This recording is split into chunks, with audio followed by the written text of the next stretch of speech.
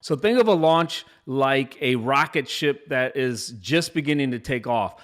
When you watch that rocket ship take off, it is a tremendous amount, right, of power being exerted to just get that rocket initially to take off.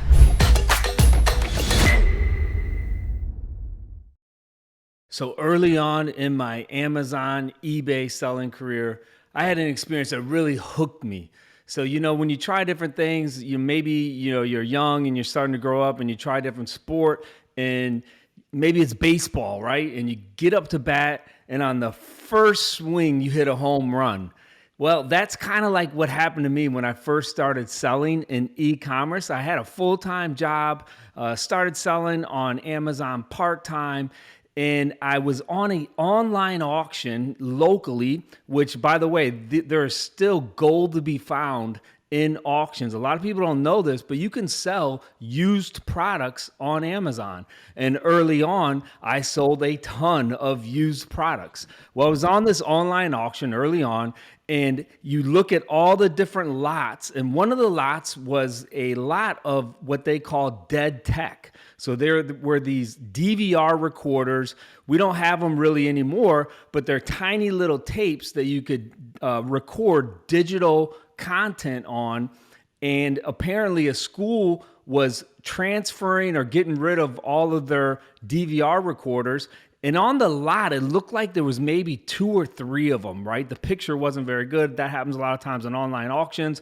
And so I bid on it. I bid $40 on it. Fortunately, no one outbid me. I went to pick it up. And when I went to pick it up, I discovered it wasn't just 2 or 3. It was about 50 of these DVR recorders. So it took me a while to get them in my car. At the time, I was driving a Toyota Prius. So I piled them all in, get them back home. And wouldn't you know, as I start to research this, and this is actually happens often with dead tech, each of these DVR recorders are selling for between $250 and $500 on Amazon and on eBay used. So I was like, oh my goodness, this is too good to be true. I had a little bit of skepticism in there. So I start listing them on Amazon again as a condition used, as well as on eBay. And these things just start flying out the door for between $250 and $500 a piece. And again, folks, I paid $40 for the entire lot. So that was one of those instances early on, Nate, where I felt like I hit a home run, and it definitely got me addicted. And it really opened up my mind to the possibilities of how much money could be made selling online. The ROI on that is pretty insane. When we look at we have our Wednesday financial calls today. I'm not expecting that kind of ROI on our current private label product, so that's pretty exciting. I wonder psychologically how big of a difference that makes for you and for sellers when you do hit that home run the first time versus the fifth time. It's discouraging when you don't when you go up to plate, to use your analogy, and you strike out, right? And a lot of people give up before they get that first single or double or triple or home run. Have you seen that through the years? Like, how big of a difference does it make when your first private label product is a success, or your first arbitrage big run is a success? And what does that mean for people who are trying to get into this if they don't hit a home run the first time? Yeah, absolutely. You and I often talk about this. We think what the foundation of anything that we do is belief, right? You have to believe that there is going to be some type of payout for whatever you're working towards or whatever you're working on. And being able to hit that early on, it definitely solidified the belief that was already starting to build within me.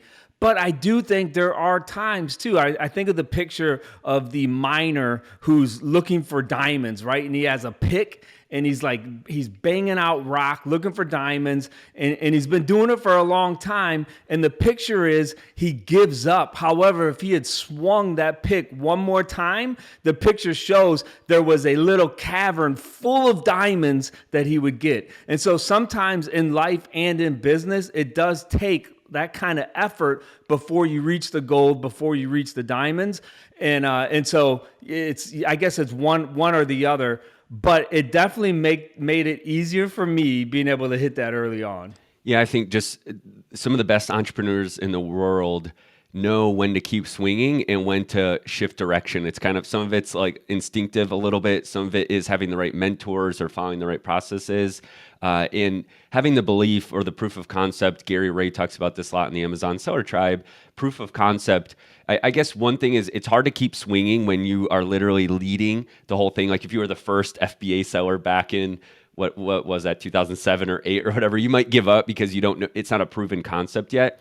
But if you're looking around, and like in the Amazon Seller Tribe where we have over $100 million sellers, if you're looking around and you see the success of everybody else, regular people who just got started in the last year or two, a lot of these people, that helps you to keep going because you're, at least that proof of concept is there. At least you're not trying to ask yourself if it's possible. It's more of how hard do I have to work myself in order to get this. So that's just to keep playing on that story you have there. I like it. So hey guys, welcome back to the Amazing Freedom Podcast. My name's Nate Slamans, joined by Andy Slamans, and today we want to be talking about launching new products in 2022. So this year, Andy and I put ourselves out there a little bit, and we're a little bit nervous about it, but we established what we're calling a $10 million challenge, where we are trying to hit $10 million in our brand and our primary brand. And every month we're going to release our sales stats and keep everybody that is an Amazing Freedom Insider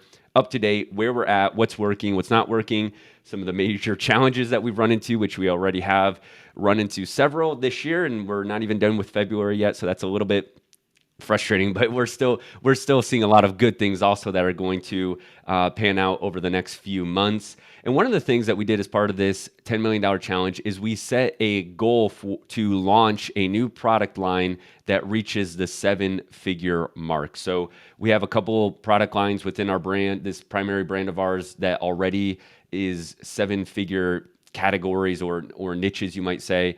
And we are looking to launch a new niche within the brand that gets to $1 million this year. And today we want to focus on, we've launched our first product pretty fully now at this point into that niche. And we're going to look at some of the stuff that we found to be working well in 2022 that wasn't necessarily a focus of ours a couple years ago. So I think that part is exciting. And if you want to follow this journey, if you want to be up to date on everything that Andy and I are doing as part of our $10 million challenge, us selling on our brand on Amazon, all things selling, join Amazing Freedom Insiders. You can go to amazingfreedom.com and just sign up to be an insider. And when you do that, you're going to get our monthly recap of our sales and our PPC information.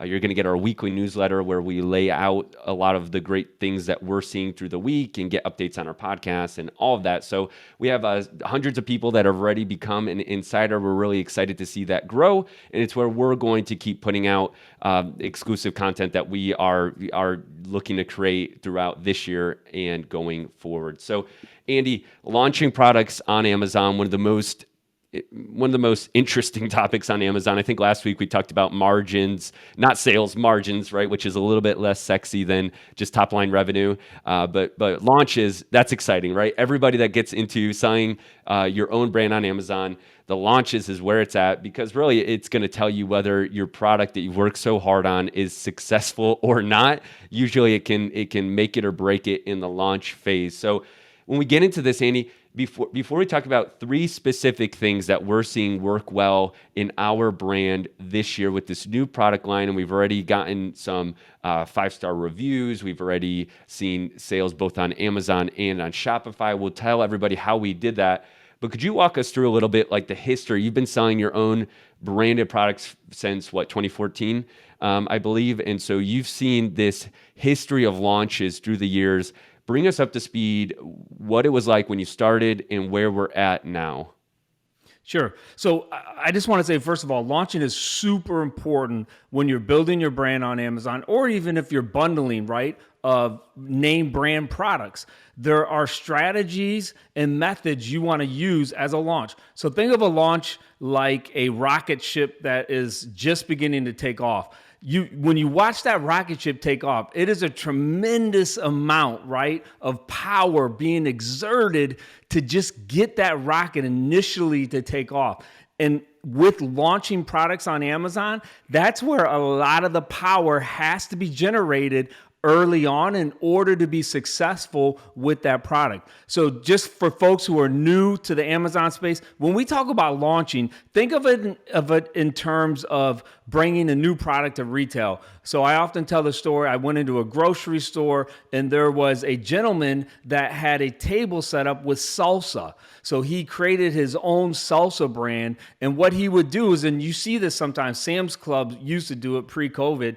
You could like taste test different brands. Well, this gentleman was actually the owner of this salsa brand. And so what he was doing was standing in the store. He had samples, giving them out, trying to get people basically to buy his product because he wanted to be able to sell right out of his product in that store so that the store reordered. Launching products on Amazon is the same type of way.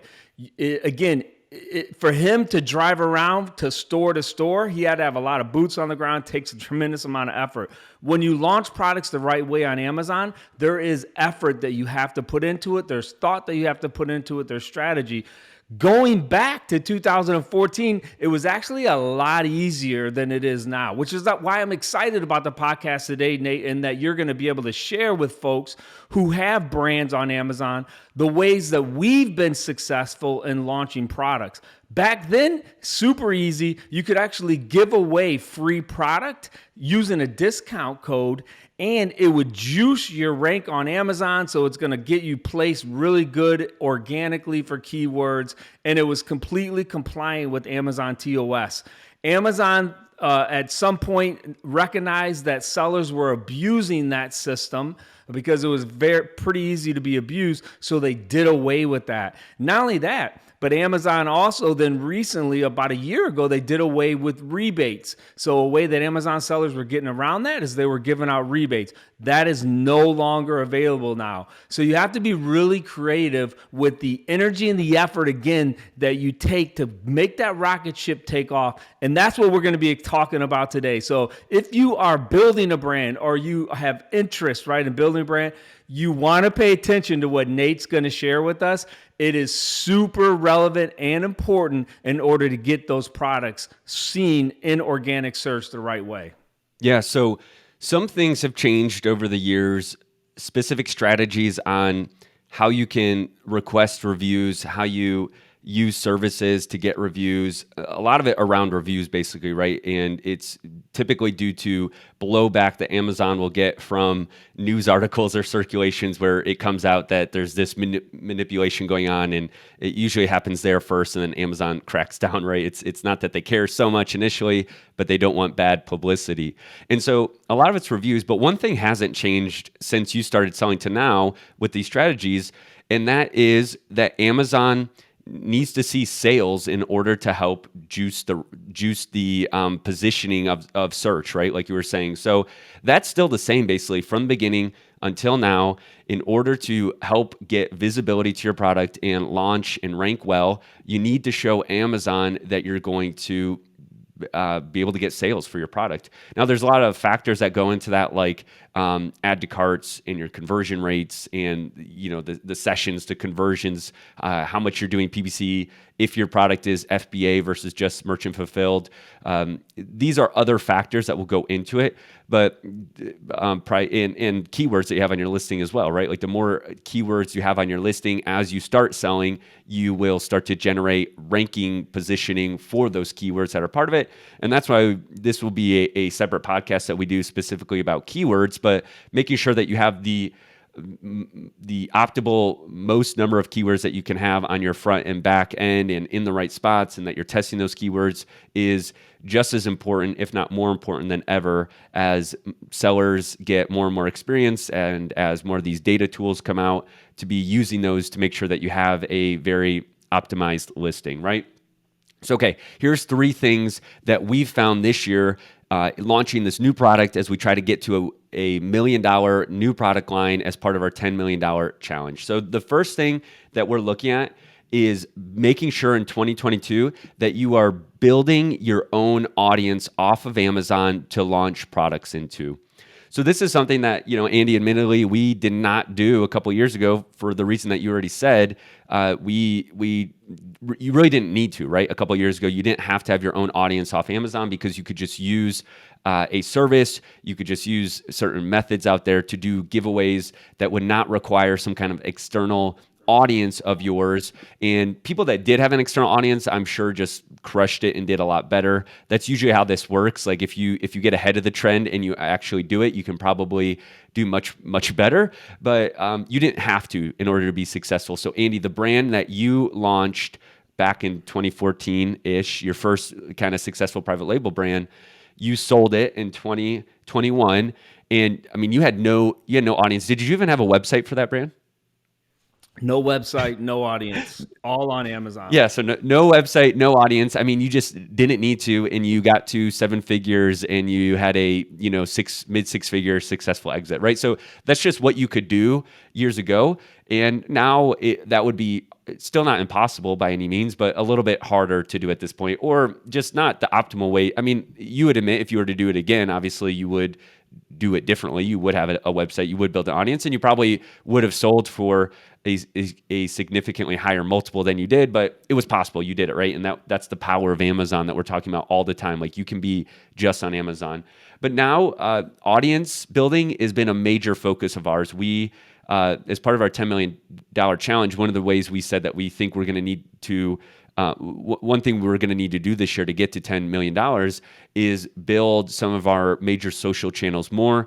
Instagram is one channel that we've had success on so far and that we've determined we're really going to try to boost even further this year by putting just the attention and effort into that. And so we have over 10,000 followers on Instagram for our brand, and we really are looking to get to 50,000. We think if we can get there with a similar engagement level that we're at now, that would allow us to have an audience just on that one platform alone that basically we could launch new products into and get a decent number of purchases every time we basically announce we had a new product just through that channel. So that's been a really positive thing. We're looking at other social channels as well. That one we've just found to have a good impact. So if you are starting a new brand or planning to launch a new product this year or going forward, our recommendation would be that you really start to build an audience on some of these social platforms as soon as possible, even when you are thinking about building, launching a product. And here's something that some people are really successful with.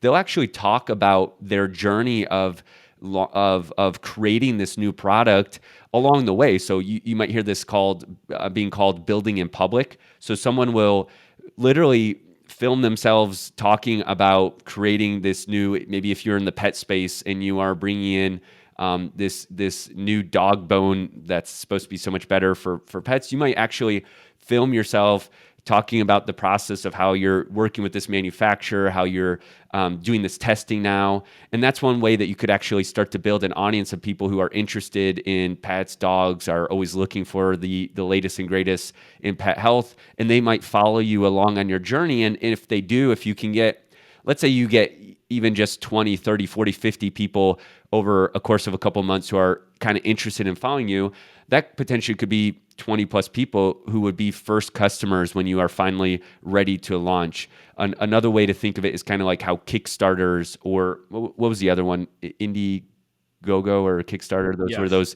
kind of launch platforms, right? Those would essentially use a similar style where you're generating this buzz and you're getting people to be interested in your product before you actually launch it. In those cases, you're getting them to pay for it before, so you might not do that, but just generating that audience. So we really think that building an audience and building your socials out and using that audience to then help you launch your new product is going to be helpful.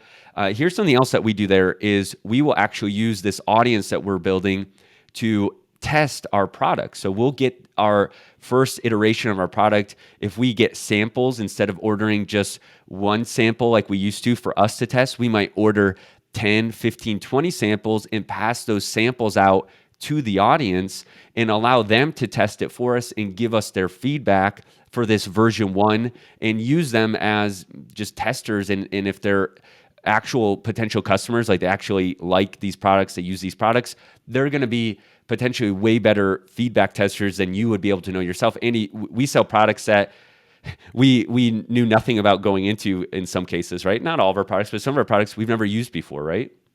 Yeah, absolutely. And let me, I just want to try to give, like, crystallize what it means. Because a lot of times when I hear build your audience, it's kind of a general term. So I want to give you like three specific things that you can take away when it comes to building an audience. So the first one is this: you have to be authentic. And so if you can't be authentic, right, about your product or about the service, whatever it is that you're trying to build an audience around, then you probably need to hire somebody who maybe already is, right? And so you can search again on TikTok, search on Facebook, search on Instagram, someone that might want to partner with you around your product. So that's the first thing: be authentic. The second thing I think is this: either your content has to be entertaining or it has to be educational. So if I am going to go into the skateboard niche, there might be some type of, if I'm sure if you search on Facebook or you search on Instagram with the hashtag skateboard, you're going to see various groups that come up, and it might be scooters as well.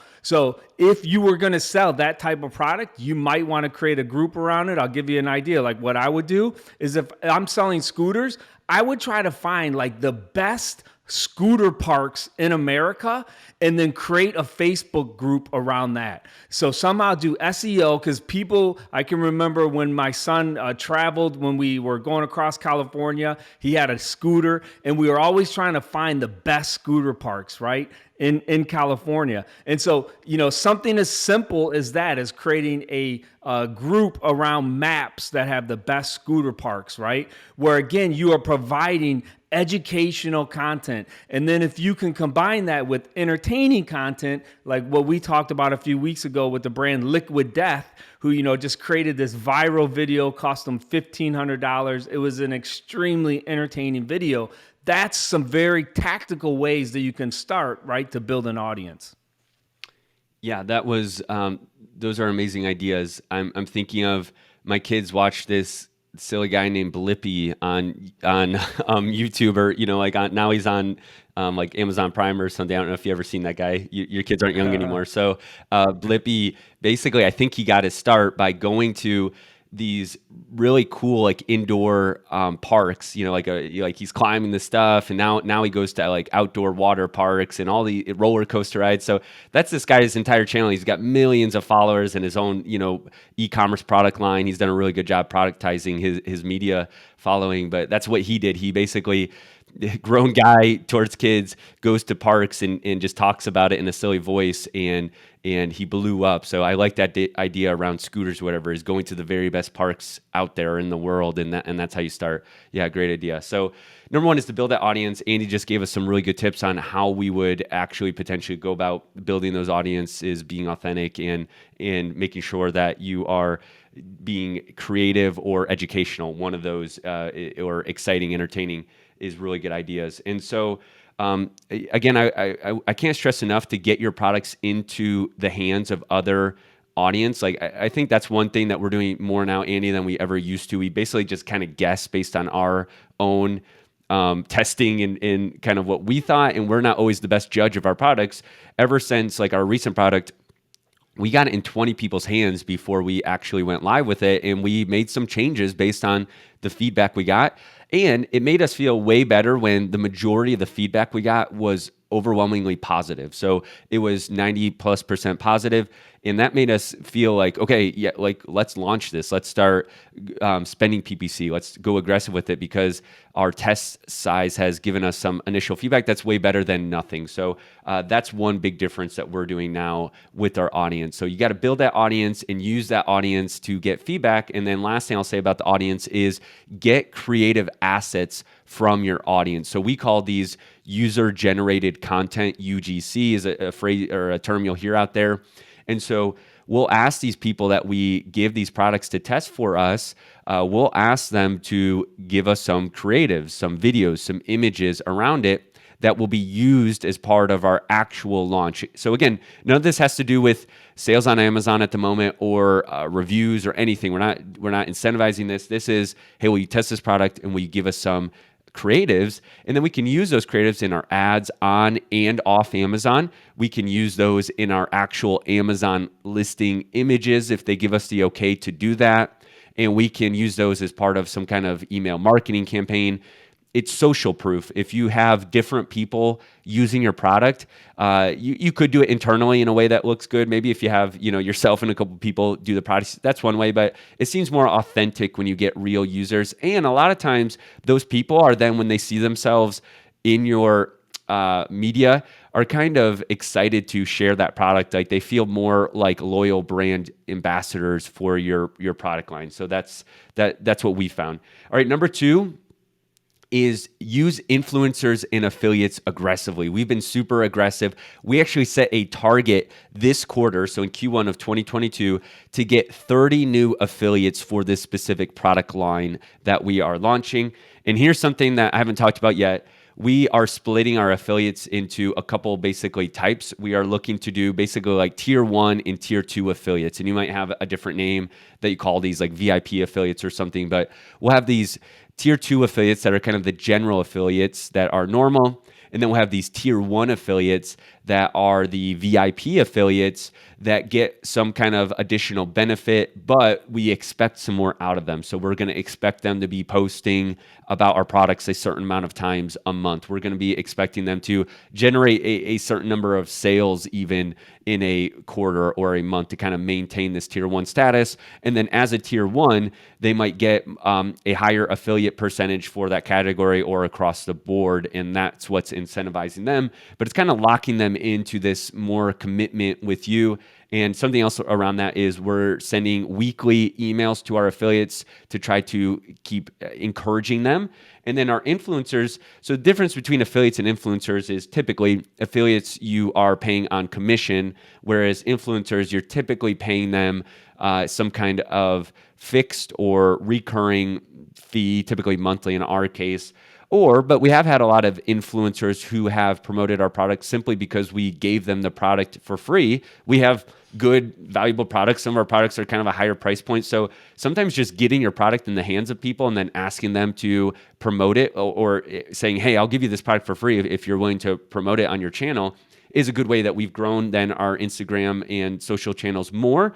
And we just get a lot of sales from those people as well. So aggressively going after influencers and affiliates will not only help you with your sales, but it'll help you with your audience building. So going back to that point number 1, and then with your launches specifically, we're doing coordinated affiliate and influencer promotional period. So when we're getting ready to, we'll get the product in their hands beforehand, and then we'll coordinate basically like think of it like a marketing blitz. Right when you go to promote your product for that week, we're telling all the influencers and affiliates, hey, this is the week to promote. We're trying to be aggressive, and you just follow up with all of them asking to do that. So that's number 2 is, number 1 is to build your audience. Number 2 is to aggressively pursue influencers and affiliates. And then number 3 is very simple, but as you are building this audience and launching, is to simply ask your audience for feedback. And so we've talked about kind of like the initial pre-launch feedback, but then post-launch feedback. And I'm not talking about incentivizing reviews here. I'm saying simply talk about your product with the audience, either yourself or an audience could even be through email, right? So you could have this email list that you're communicating out to. Just ask them for feedback. Say, hey, this is a new product. We really want to get the word out there. We really need Amazon reviews for those who are able to do that. So you have to do it in a TOS compliant way, but just asking, sometimes we just don't ask, we forget to ask. That can be a huge difference maker. So with this product that we were launching recently, just to give a little bit more tactical advice here, at first, the first couple of days that we went live with this new product, we were just using PPC. So not the way that we had kind of taught it before. We were a little bit slow getting our marketing blitz together with all of our audience. So we were just PPC the first couple of days, and we were a little discouraged. The PPC was slow. So I think our ACOS got up to over 100% because we only had a couple sales and we were being pretty aggressive. So that's something we talk about a lot, Andy, is PPC. And in some products, you can essentially launch with just PPC. But I think that for most niches, that's kind of the exception, not the rule. It's very difficult to launch with just PPC. So we were a little discouraged our first week on. We weren't seeing much traction with PPC. But then we did a lot of these things we were talking about. It just took a little bit longer than we were hoping to with this first product in this line. We sent out an email marketing promotion to some of our audience. We had some of our influencers and affiliates go out and We were just talking about it on social, and then the magic kind of happened. We saw 10 sales on one day due to an email promotion. And then several days after that, about a week after that, we saw 2 5-star reviews come through on the same day. And from there, everything just gets easier, right? Once you have those reviews, once you have some ranking juice going in, then our ACoS started dropping down from 100% down to in the 20s, which makes a huge difference. And this is a product with really good gross margins. A 20% ACoS is actually something we'd be very happy with, even up to 30% long term forever. We'd be okay with that kind of ACoS. So I just say that to say the power of all these things we just talked about today. You can still just try to do PPC, just try to throw it up there and go, but it's going to be difficult. Anything to add to those 3 things? And I mean, there's so much more to do with launches, and there's still services, giveaways, all this stuff. But those are the I things that would are working. Yep, I would say just, for folks that are newer, just understand you always have to allocate a part of your budget to the launch process. So, don't spend all of your budget on inventory, as well as, then you should know for sure you're going to have the budget for PPC, but then there should also be another budget for the very things that we just talked about. Whether that's paying someone to create an audience, whether that's partnering with a influencer, you need to set aside a significant amount of your budget for launching. It is super important, and you've probably heard us talk about this before. There is a honeymoon period on Amazon, and that's why we are dedicating an entire podcast to launching. We probably could do an entire year's show to launching. It's so vitally important. Amazon gives you a honeymoon period when you create a listing in their catalog where they are going to somehow, no one knows how, through their algorithm, going to give you favored ranking juice when sales are purchased. And the reason they have to do that is otherwise, whenever someone brought something new to the catalog, it would be on page 100 and it would never get seen, right, by Amazon shoppers. And so Amazon realizes this, that there are products out there that are good products that consumers want, that they're going to have to get in front initially to see if those products are going to get bought through the keywords, right, that are relevant to that product. And so, again, just make sure you set aside a budget. Understand this is a huge process. Sourcing and finding a product, that's big. But launching a product the right way, that's, as Donald Trump would say, is huge as well. Don't look if you didn't yet. Did you see what our producer Abs put in the chat about? Don't look if you didn't yet. I want you to guess. Guess what? Coco Melon and Blippi Studios, they got acquired by Walt Disney Co., or they agreed to a deal in November 4th of 2021. Just throw out a number. Guess what? Coco Melon's really big. You know that, right? You've heard of that. Yeah. So my 3-year-old I don't know. likes 500 million. 500 million. So this is for both Coco Melon and Blippi Studios. So Moonbug Entertainment Ltd., the company behind the popular YouTube children's channels Coco Melon and Blippi. So Moonbug must have bought both of those already before, I'm guessing. They agreed to be acquired by 2 former Walt Disney co-executives in a deal valued at around $3 billion, November 4th, 2021.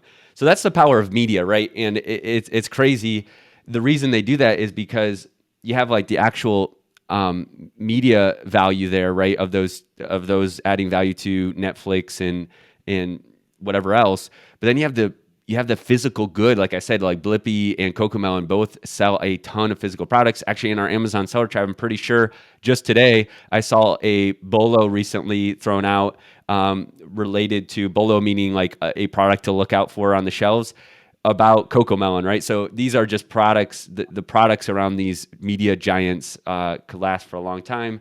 So $3 billion, though, that's insane money. So yeah, Abs also said top social channels to focus on this year that we're seeing for D2C style e-commerce would be Instagram, TikTok, and YouTube Shorts. So a lot of people think of YouTube still only in the traditional sense of YouTube videos, but YouTube Shorts is basically like TikTok, but on YouTube. And so I think a lot of people, almost everybody's heard of TikTok now, and like, hey, you should be on TikTok. But YouTube Shorts, I think, is now like the next version of TikTok that's not being talked about as much yet. So I think that's good advice too.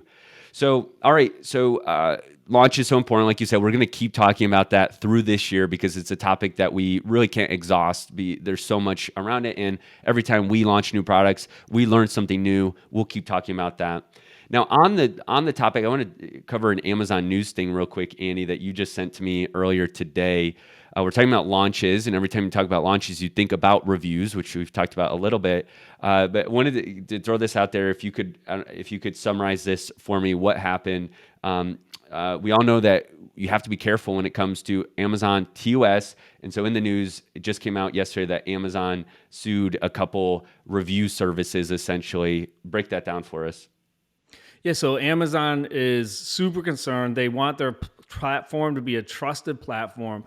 That's the way they've been able to grow into the monster company that they are. Is people, when they purchase on Amazon, they trust that if for some reason they don't like their purchase, it's a very easy return process, and they want to trust those reviews. So we know that there are different listings on Amazon that are not trustworthy based upon what, could be fake reviews. So Amazon's trying to clean that up as best they can. It is a huge process.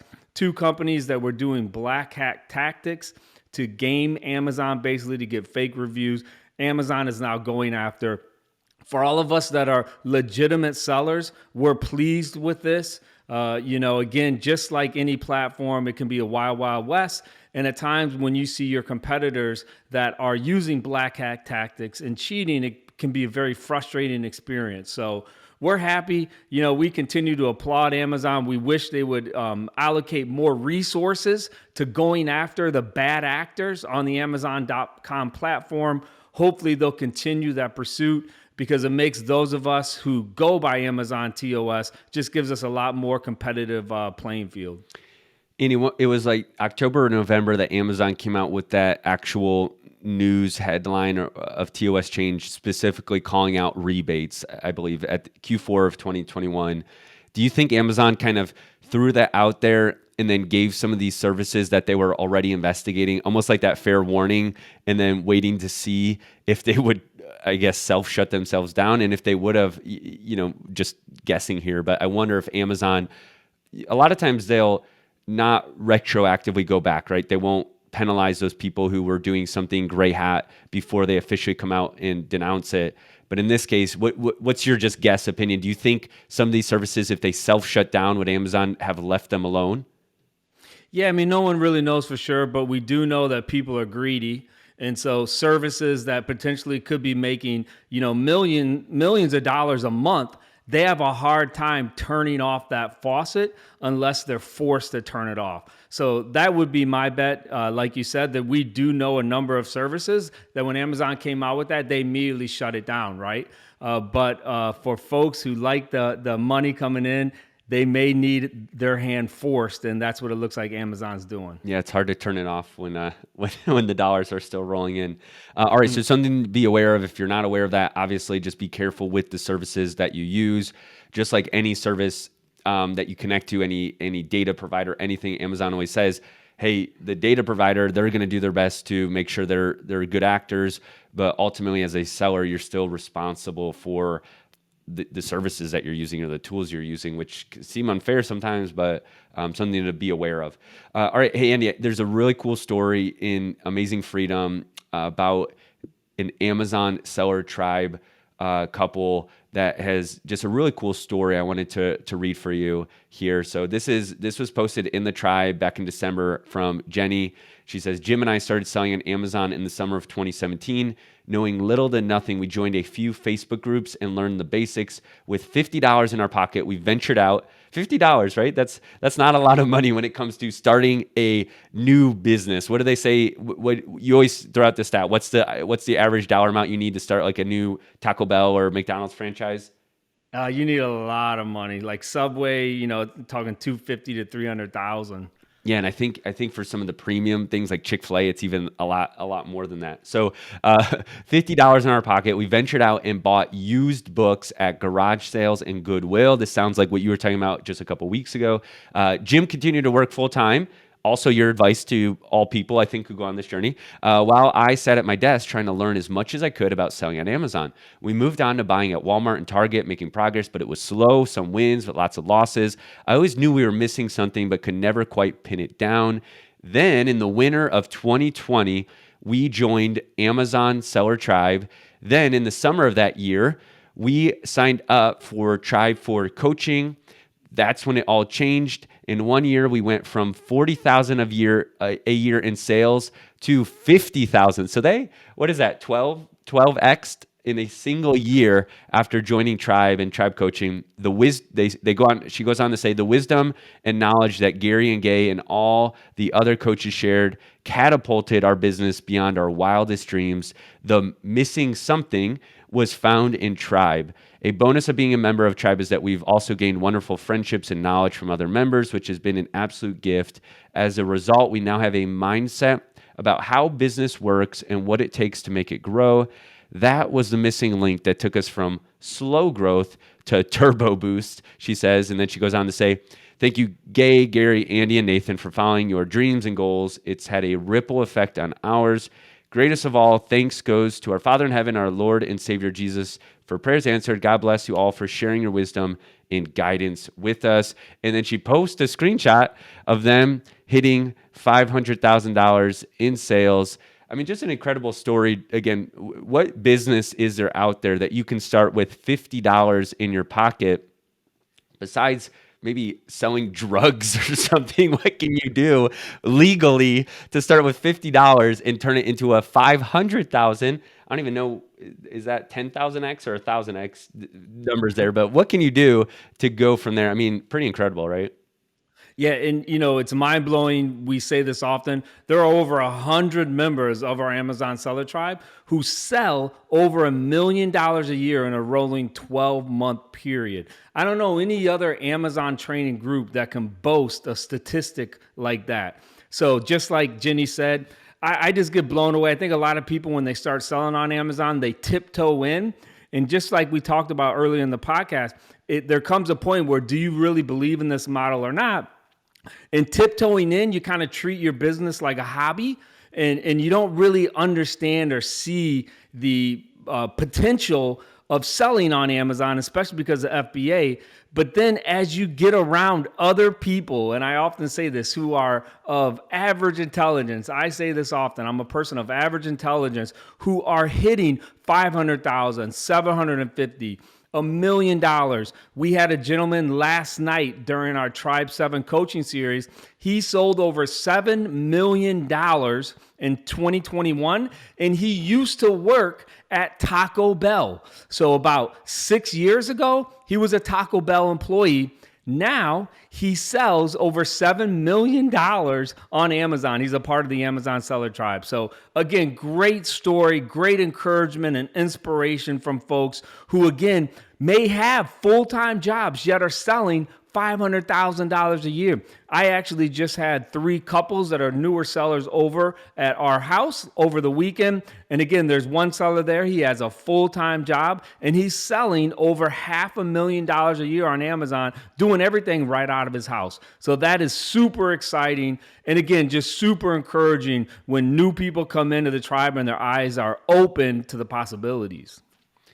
Yeah, and I love this specific story Jenny said, because it basically follows the exact roadmap that you've talked about for so long. Like, don't quit your job if you don't have to. Don't take the profits out. Keep rolling it. Keep learning. Get in the right community. And I have no doubt that Jenny and Jim are going to be on the way to becoming one of those 100 plus 7-figure sellers, because they're on the right path. Like, I mean, if you look at the chart, I know you can't see if you're listening to this, but it's like every month it's just going up and up, especially Q4. And I mean, they're going to do awesome stuff going forward.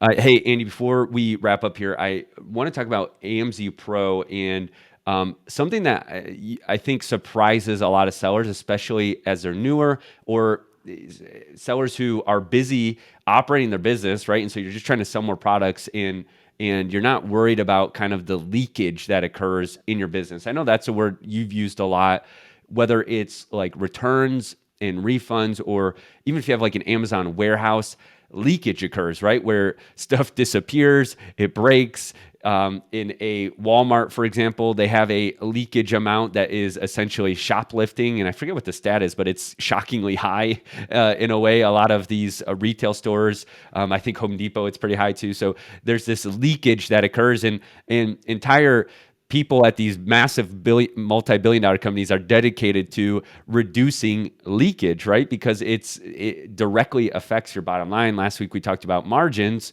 and we talked about how a couple strategies for increasing your margin. Well, one of the ways you can increase your margin is to reduce your leakage, right? Those dollars that just fly out of your business because you're not basically operating it properly or managing all aspects, which can be hard when you're trying to run an Amazon business. So one thing sellers are not aware of always is that you only have so long to get money back that Amazon owes you that might occur due to normal leakage, such as lost and damaged FBA circumstances. That just happens where Amazon will lose your stuff, they'll damage it.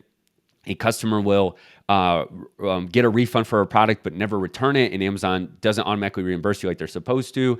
You send goods in through the Amazon FBA shipment process, and it never makes it to Amazon. It gets damaged or lost on the way. These are all like different types of reimbursements. It's a lot to manage, and they all have these different rules around them as far as when you can ask for reimbursement, when Amazon's supposed to reimburse you, and how long you have until it's gone forever. So Andy, 6 years ago, I remember this was when I first learned about this basically, and I was doing the process for myself and getting money back, and then you came to me and you were like, Nate, can you do this for me too? Can you help get my reimbursements back? And I did. And I still remember I got it back, and I can't remember how I phrased it to you, but something like, hey, okay, for the last year, you got your money back. And you said to me, great, but you had been selling for 2 or 3 years, I think. And you said, great, now get the rest of it back. And I was like, sorry, you only have 18 months before it's gone forever. And I still remember you were pretty angry, like, what? This is my money. How can it be gone forever? But what can you do, right? It's in the terms. There's only so much you can do about it, which is nothing. And so for normal reimbursements, you only have 18 months until it's gone forever.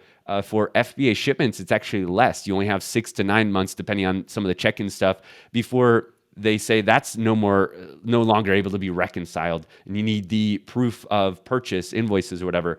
And so a lot of sellers, one of the reasons we created AMZ Pro is because, I mean, you were so angry about that. You were like, never let this happen again. Make sure my reimbursements are good. And a lot of people we talk to, it's really discouraging to see that when they are just saddened by the loss of the money, right? And so through the years, we've been super encouraged just to make sure that sellers aren't losing that money forever, because it's your money already. So don't pay 25% to a service. It's already your money. And Amazon essentially keeps it after 18 months, which we still often say doesn't seem very fair, does it? But it happens, and they basically have I guess it's like an illegal thing. What do they call that when they only have so long, like a statute of limits, when they only have so long? It's basically what Amazon says, like, your statute of limits is 18 months before we write it off our on the book somewhere of what we owe sellers that money. And let's just be honest, it is complicated. You know, like when you hit $250,000 or even $500,000 a year in sales, you are sending in a tremendous amount of shipment and inventory into those Amazon warehouses. And unless you are a forensic accountant and scientist, it's hard to keep track of everything. And for me, again, like going back to that story, the reason why I wasn't doing it, I was too busy trying to grow my business to take time to train someone to do it, or to even just look and reach out to a service to do it. So again, highly encourage you, check out Amazon Professional. It is a tremendous service, getting people back tens of thousands of dollars every single month that they normally would not get back if they didn't use that service, Amazon Professional. So I also say this, I'll go back to it's complicated.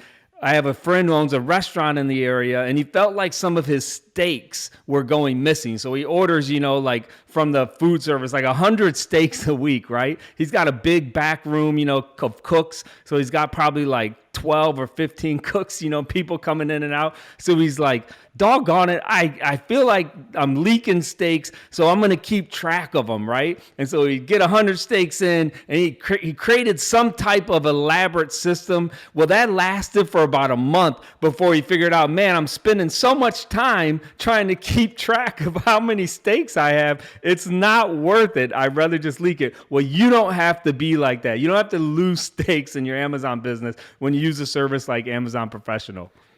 Quick story before I wrap up. I think this was you too. My dad and I think all of you brothers worked at this grocery store growing up, right? In your local town. It was like the grocery store you all got jobs at when you were 14 or 15. I don't know if you did as the youngest. I think the rest of them had to. My dad, he was working 80 hours a week at 13 or something, he likes to say. Anyways, his main job he'd like to do is people would come in the store and stuff the meat down their pants and walk out. And this was back a long time ago when you wouldn't get sued for this, and they would literally be trying to go and tackle these people before they left the store to get the meat out of their pants. So just think of AMZProfessional.com, like the guys who help prevent the meat getting leaked from out the store. That's what we do. AMZProfessional.com. Get your money back before it's gone forever, and just be aware of the timelines. Again, whether you do it yourself, like Andy said, maybe you do like data and you're an accountant or you have that skill set. Do it yourself.